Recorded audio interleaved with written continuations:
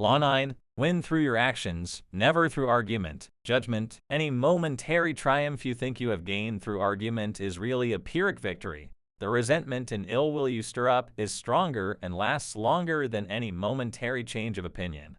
It is much more powerful to get others to agree with you through your actions, without saying a word. Demonstrate, do not explicate, transgression of the law. In 131 BC, the Roman consul Publius Crassus Dives Mucius, laying siege to the Greek town of Pergamus, found himself in need of a battering ram to force through the town's walls.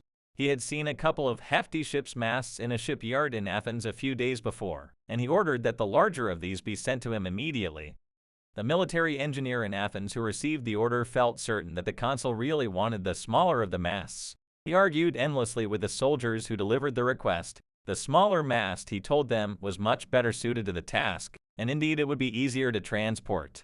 The soldiers warned the engineer that their master was not a man to argue with, but he insisted that the smaller mast would be the only one that would work with the machine that he was constructing to go with it. He drew diagram after diagram and went so far as to say that he was the expert, and they had no clue what they were talking about. The soldiers knew their leader and at last convinced the engineer that it would be better to swallow his expertise and obey. After they left, though, the engineer thought about it some more. What was the point, he asked himself, in obeying an order that would lead to failure? And so he sent the smaller mast, confident that the consul would see how much more effective it was and reward him justly. When the smaller mast arrived, Mucius asked his soldiers for an explanation. They described to him how the engineer had argued endlessly for the smaller mast, but had finally promised to send the larger one. Mucius went into a rage. He could not concentrate on the siege or consider the importance of breaking the walls before the town received reinforcements. All he could think about was the impudent engineer, whom he ordered to be brought to him immediately. Arriving a few days later, the engineer gladly explained to the consul one more time the reasons for the smaller mast. He went on, using the same arguments he had made with the soldiers. He said it was wise to listen to experts in these matters, and if the attack was only tried with the battering ram he had sent, the consul would not regret it. Mucius let him finish, then had him stripped naked before the soldiers and flogged and scourged with rods until he died. The Sultan and the vizier had served his master for some 30 years and was known and admired for his loyalty, truthfulness, and devotion to God. His honesty, however, had made him many enemies in the court, who spread stories of his duplicity and perfidy. They worked on the Sultan day in and day out until he too came to distrust the innocent vizier, and finally ordered the man who had served him so well to be put to death. In this realm, those condemned to death were tied up and thrown into the pen where the Sultan kept his fiercest hunting dogs. The dogs would promptly tear the victim to pieces.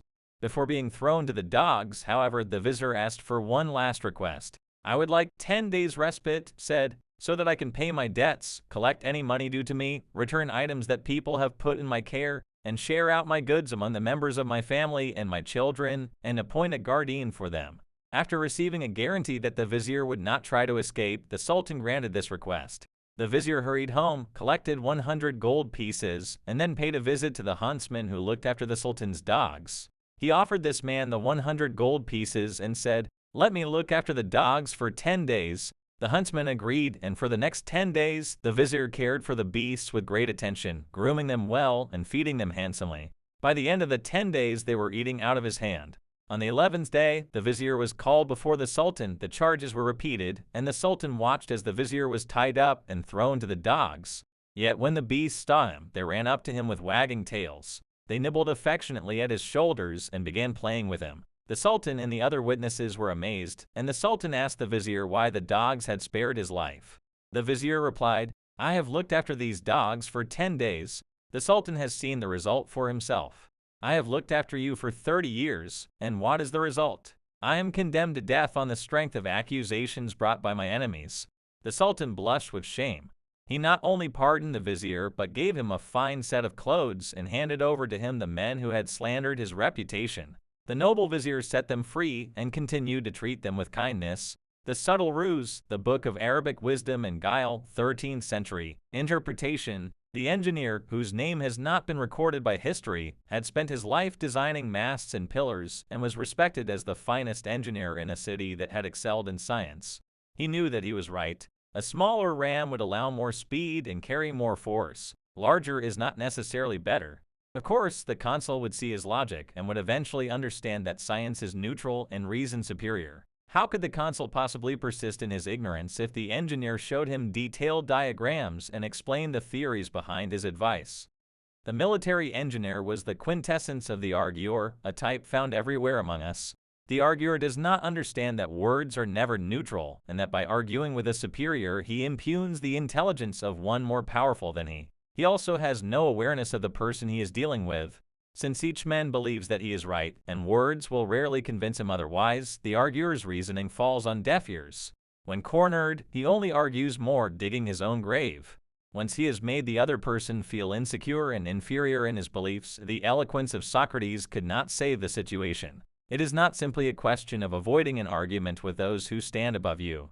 We all believe we are masters in the realm of opinions and reasoning. You must be careful then. Learn to demonstrate the correctness of your ideas indirectly. Observance of the law. In 1502, in Florence, Italy, an enormous block of marble stood in the works department of the Church of Santa Maria del Fiore. It had once been a magnificent piece of raw stone, but an unskillful sculptor had mistakenly bored a hole through it where there should have been a figure's legs, generally mutilating it. Piero Soderini, Florence's mayor, had contemplated trying to save the block by commissioning Leonardo da Vinci to work on it or some other master, but had given up since everyone agreed that the stone had been ruined.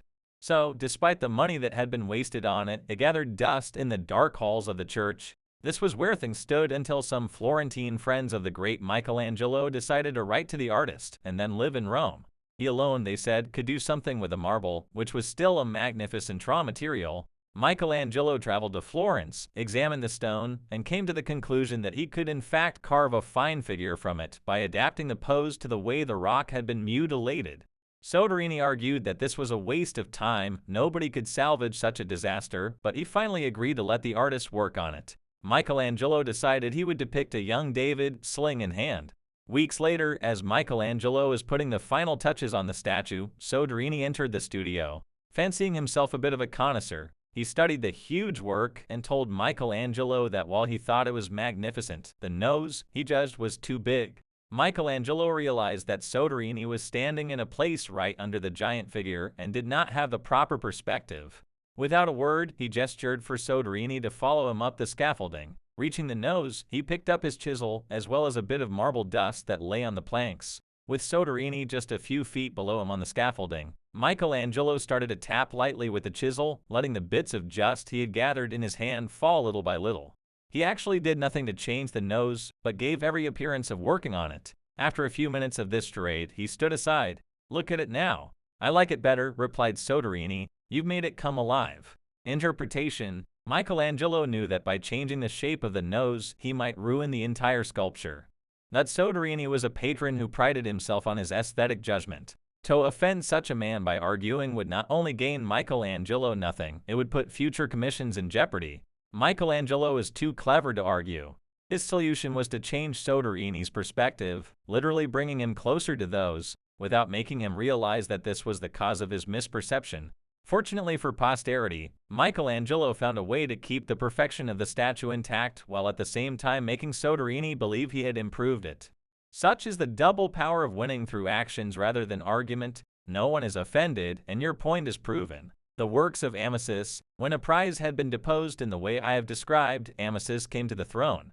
He belonged to the district of Sais and was a native of the town called Saif. At first, the Egyptians were inclined to be contemptuous and did not think much of him because of his humble and undistinguished origin. But later on, he cleverly brought them to heel without having recourse to harsh measures. Amongst his innumerable treasures, he had a gold foot bath, which he and his guests used on occasion to wash their feet in. This he broke up, and with the material had a statue made of one of the gods, which he then set up in what he thought the most suitable spot in the city. The Egyptians, constantly coming upon the statue, treated it with profound reverence, and as soon as Amasis heard of the effect it had upon them, he called a meeting and revealed the fact that the deeply revered statue was once a foot bath, which they washed their feet and pissed and vomited in.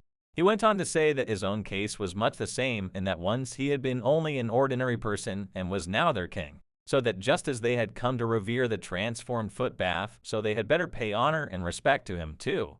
In this way the Egyptians were persuaded to accept him as their master. The Histories. Herodotus, 5th century BC. Keys to power. In the realm of power, you must learn to judge your moves by their long-term effects on other people.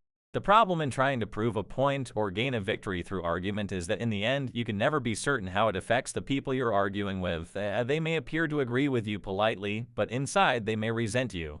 Or perhaps something you said inadvertently even offended them. Words have that insidious ability to be interpreted according to the other person's mood and insecurities. Even the best argument has no solid foundation, for we have all come to distrust the slippery nature of words. And days after agreeing with someone, we often revert to our old opinion out of sheer habit. Understand this, your words are a dime a dozen. Everyone knows that in the heat of an argument, we will all say anything to support our cause. We will quote the Bible and refer to unverifiable statistics. Who can be persuaded by bags of air like that? Action and demonstration are much more powerful and meaningful. They are there, before our eyes, for us to see. Yes, now the statue's nose does look just right. There are no offensive words and no possibility of misinterpretation. No one can argue with demonstrated proof. As Baltasar Gracian remarks, the truth is generally seen, rarely heard. Sir Christopher Wren was England's version of the Renaissance man. He had mastered the sciences of mathematics, astronomy, physics, and physiology. Yet during his extremely long career as England's most celebrated architect, he was often told by his patrons to make impractical changes in his designs. Never once did he argue or offend. He had other ways of proving his point. In 1688, Wren designed a magnificent town hall for the city of Westminster. The mayor, however, was not satisfied. In fact, he was nervous. He told Wren he was afraid the second floor was not secure and that it could all come crashing down on his office on the first floor. He demanded that Wren add 2 stone columns for extra support. Wren, the consummate engineer, knew that these columns would serve a purpose and that the mayor's fears were baseless. But build them he did, and the mayor was grateful. It was only years later that workmen on a high scaffold saw that the columns stopped just short of the ceiling. They were dummies, but both men got what they wanted. The mayor could relax, and Wren knew posterity would understand that his original design worked and the columns were unnecessary. The power of demonstrating your idea is that your opponents do not get defensive and are therefore more open to persuasion. Making them literally and physically feel your meaning is infinitely more powerful than argument. A heckler once interrupted Nikita Khrushchev in the middle of a speech in which he was denouncing the crimes of Stalin. "You were a colleague of Stalin's," the heckler yelled. "Why didn't you stop him then?" Khrushchev apparently could not see the heckler and barked out, "Who said that?" No hand went up. No one moved a muscle. After a few seconds of tense silence, Khrushchev finally said in a quiet voice, "Now you know why I didn't stop him." Instead of just arguing that anyone facing Stalin was afraid, knowing that the slightest sign of rebellion would mean certain death, he had made them feel what it was like to face Stalin, had made them feel the paranoia, the fear of speaking up, the terror of confronting the leader, in this case Khrushchev. The demonstration was visceral and no more arguments were necessary. The most powerful persuasion goes beyond action into a symbol. The power of a symbol, a flag, a mythic story, a monument to some emotional event, is that everyone understands you without any being said. In 1975, when Henry Kissinger was engaged in some frustrating negotiations with the Israelis over the return of part of the Sinai Desert that they had seized in the 1967 war, he suddenly broke off a tense meeting and decided to do some sightseeing. He paid a visit to the ruins of the ancient fortress of Masada, known to all Israelis as the place where 700 Jewish warriors committed mass suicide in AD 73 rather than give in to the Roman troops besieging them. The Israelis instantly understood the message of Kissinger's visit. He was indirectly accusing them of courting mass suicide. Although the visit did not by itself change their minds, it made them think far more seriously than any direct warning would have. Symbols like this one carry great emotional significance. When aiming for power, or trying to conserve it, always look for the indirect route. And also choose your battles carefully. If it does not matter in the long run whether the other person agrees with you or if time and their own experience will make them understand what you mean, then it is best not even to bother with a demonstration. Save your energy and walk away. God and Abraham, the Most High God had promised that he would not take Abraham's soul unless the man wanted to die and asked him to do so. When Abraham's life was drawing to a close and God determined to seize him, he sent an angel in the guise of a decrepit old man who was almost entirely incapacitated. The old man stopped outside Abraham's door and said to him, "Oh Abraham, I would like something to eat." Abraham was amazed to hear him say this. "Die," exclaimed Abraham. "It would be better for you than to go on living in that condition." Abraham always kept food ready at his home for passing guests, so he gave the old man a bowl containing broth and meat with breadcrumbs. The old man sat down to eat. He swallowed laboriously with great effort, and once when he took some food it dropped from his hand, scattering on the ground. "Oh, Abraham," he said, "help me to eat." Abraham took the food in his hand and lifted it to the old man's lips, but it slid down his beard and over his chest. "What is your age, old man?" asked Abraham. The old man mentioned a number of years slightly greater than Abraham's old age. Then Abraham exclaimed, "O Lord our God, take me unto you before I reach this man's age and sink into the same condition as he is in now." No sooner had Abraham spoken those words than God took possession of his soul. The Subtle Ruse, the Book of Arabic Wisdom and Guile, 13th century image. The seesaw, up and down to the arguers, getting nowhere fast. Get off the seesaw and show them your meaning without kicking or pushing. Leave them at the top and let gravity bring them gently to the ground. Authority, never argue. In society, nothing must be discussed. Give only results. Benjamin Disraeli, 1804 to 1881. Reversal. Verbal argument has one vital use in the realm of power: to distract and cover your tracks when you are practicing deception or are caught in a lie. In such cases, it is to your advantage to argue with all the conviction you can muster. Draw the other person into an argument to distract them from your deceptive move. When caught in a lie, the more emotional and certain you appear, the less likely it seems that you are lying. This technique has saved the hide of many a con artist. Once Count Victor Lustig, swindler par excellence, had sold dozens of suckers around the country a phony box with which he claimed to be able to copy money. Discovering their mistake, the suckers generally chose not to go to the police rather than risk the embarrassment of publicity. But one Sheriff Richards of Remsen County, Oklahoma, was not the kind of man to accept being conned out of $10,000, and one morning he tracked Lustig down to a hotel in Chicago. Lustig heard a knock on the door. When he opened it, he was looking down the barrel of a gun. "What seems to be the problem?" he calmly asked. "You son of a," yelled the sheriff. "You conned me with that damn box of yours." Lustig feigned confusion. "You mean it's not working?" he asked. "You know it's not working," replied the sheriff. "But that's impossible," said Lustig. "There's no way it couldn't be working. Did you operate it properly?" "I did exactly what you told me to do," said the sheriff. "No, you must have done something wrong," said Lustig.